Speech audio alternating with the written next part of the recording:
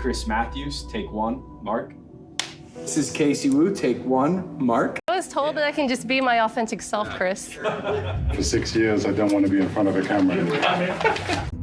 What made Halo successful at the beginning? What is the legacy of Halo, and what's the soul that we want to bring forward, and what's the craft of making Halo games, and how do we set our studio up best to go deliver on that?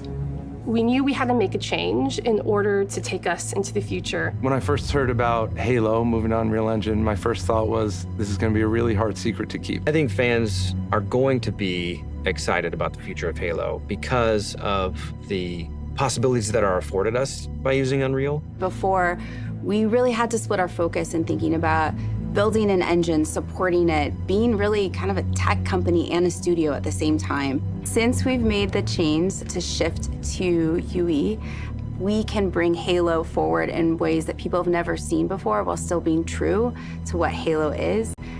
The Foundry project was an effort to show ourselves how far we can push things using Unreal 5. New studio art director, Chris, came to me and said, hey, I have this crazy idea. He said, hey, there's this thing called Project Foundry that I want to do. Let's make it happen.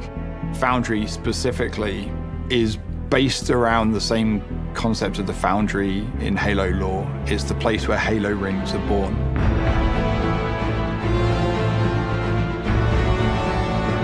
It's not a game, it's a research project for our studio so we can prepare ourselves for the next steps of making Halo games.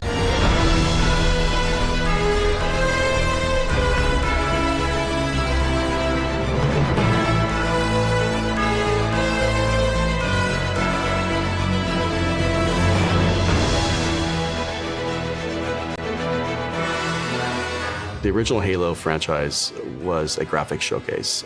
It was best in class. That's what Halo was when it first was released, and that's what Halo needs to be again.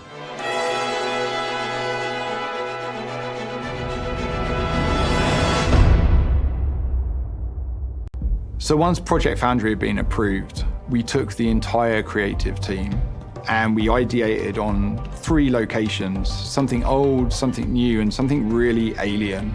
We had the Pacific Northwest, which is sort of traditional Halo biome. We were trying to shove as much foliage in there as humanly possible to make it really feel like you're on a hike in the, Cascades. The Coldlands, which was the second biome that we took on, it was more of a technical showcase where we could play with shaders, we could play with deformable landscapes and terrains.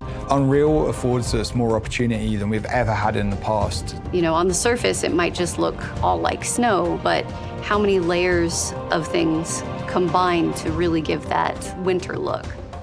And then our third biome was the Blightlands, which is any land that's been completely taken over by the flood. I wanted to give our team the opportunity to really express an alien world, a really alien world, taking something way further than they may have actually done in previous Halo games. What's impressed me about watching the Halo team work in Unreal is how beautiful everything looks, how incredible the environments look. I don't think we've seen anything quite like it in Unreal Engine before.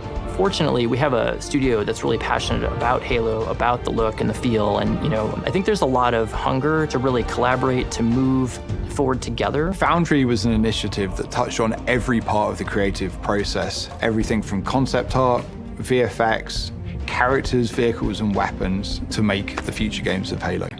Creating an asset, taking this design, now we can really dig into material foundations.